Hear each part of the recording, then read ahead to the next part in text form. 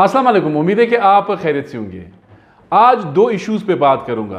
पहला जो इशू है बलूचिस्तान काबीना की तश्कील। बलूचिस्तान काबीना की तश्कील तातुल का शिकार है, लेकिन मेरे पास आज एग्जैक्ट डेट है कि किस तारीख को वज़ीर आला बलूचिस्तान मीर सरफराज बुगटी बलूचिस्तान कैबिनेट अनाउंस करने वाले हैं, वो आपसे ज़रूर शेयर करूंगा। जो दूसरा अहम इशू है, बलूचिस्तान यूनिवर्सिटी के जो फैकल्टी मेंबर्स है, मुलाजमीन है, जो दूसरे स्टाफ मेंबर्स है, वो गुज़श्ता कई अरसे से सरापा एहतजाज है। रोज़ जो है सरियाब रोड पर निकलते हैं, रोड बंद करते हैं, रोज़ादारों को भी मुश्किलात का सामना करना पड़ता है। पहले ही क्वेटा शहर में ट्रैफिक का बदतरीन यहाँ पर प्रॉब्लम है, बदतरीन ट्रैफिक जाम रहता है हर वक्त। ऊपर से जो असातिज़ा है या एम्प्लॉयज़ है या जो स्टाफ मेंबर्स है वो भी निकलते हैं, चूँकि यूनिवर्सिटी के अंदर कैंपस पर बलूचिस्तान हाई कोर्ट ने पाबंदी आयद कर दी है। ये दो इश्यूज़ है, इस पर बात करूँगा। पहले आता हूँ ज़रा बलूचिस्तान कैबिनेट की तश्कील।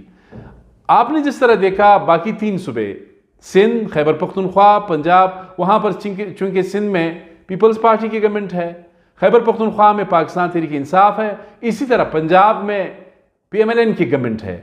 तो वहाँ पे एक एक पार्टी है, बआसानी उन्होंने अपना चीफ मिनिस्टर जो है वो भी उन्होंने नॉमिनेट किया। इसी तरह कैबिनेट जो है वो भी उन्होंने सही बर वक्त जो है उन्होंने नॉमिनेट किए, अपने मिनिस्टर्स पोर्टफोलियोज भी उन्होंने अलॉट किए। लेकिन बलूचिस्तान आखिरी डबा इसलिए कि यहाँ पर हमेशा कोलिशन गवर्नमेंट होती है, और फिर ये भी एक आलमिया है कि बलूचिस्तान के फैसले काश क्वेटा में बलूचिस्तान में होते तो बर वक्त ये भी आप सुनते।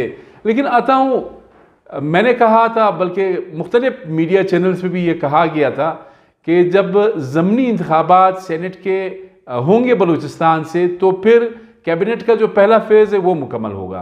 लेकिन वज़ीर आला बलूचिस्तान मीर सरफराज बुगटी से हमने हाल अहवाल किया तो उन्होंने कहा कि नहीं, अभी हम कैबिनेट नहीं बनाएंगे। कैबिनेट के हवाले से उन्होंने कहा कि 4 अप्रैल को यानी 2 अप्रैल को सेनेट के इंतखाबात होंगे। 11 सेनेटर्स जो है वो बलूचिस्तान से मुंतखब किए जाएंगे।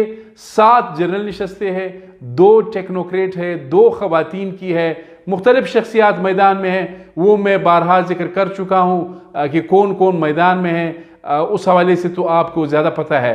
तो 2 अप्रैल के लिए तैयारियाँ हैं। मुल्की लेवल पर सेनेट इलेक्शंस है, बलूचिस्तान के लेवल पर 11 नशस्तों पर इंतखाब है। उस हवाले से भी आपको वक्तन फ़वक्तन हम आगाह करते रहेंगे। लेकिन ये बता दूँ कि वज़ीर आला बलूचिस्तान और पाकिस्तान पीपल्स पार्टी ने ये फैसला किया है, चूँकि सेनेट में अगर सेनेट इलेक्शन से पहले आप पोर्टफोलियोज अलॉट करते हो, आप एजुकेशन मिनिस्टर है, आप हेल्थ मिनिस्टर है, आप X है, Y Z, तो इसका मतलब ये है जिसको कमज़ोर वजारत मिली, इसका मतलब ये है कि वो सेनेट में स्लिप हो सकता है। बलूचिस्तान वैसे भी सेनेट की अक्सर यहाँ पर मंडी लगती है। इस हवाले से भी बदकिस्मती की बात है कि हमारा सूबा बड़ा बदनाम है।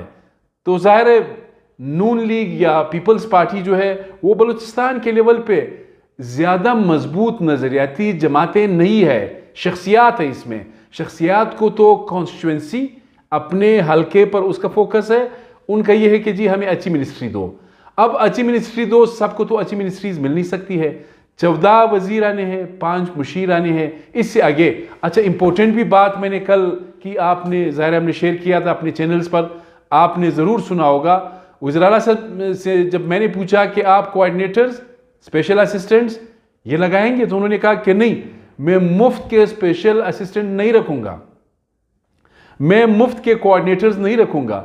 आपको याद है कि साबिक वज़ीर आला बलूचिस्तान मीर कुदूस बिजंजो के दौर में 32 कोऑर्डिनेटर्स हो गए थे, यानी एक पैरेलल मुतबादिल असेंबली बन गई थी।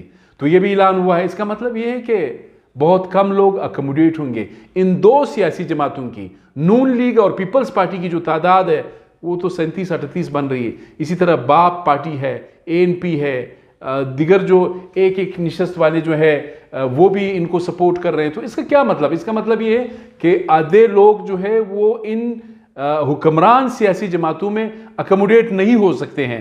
तो इसका मतलब ये है कि नाराज़गियाँ ज़्यादा होंगी। जिस दिन कैबिनेट फॉर्म हो गई उस दिन से नाराज़गियों और साथ ही जो इख्तिलाफात है उसका सिलसिला शुरू होगा।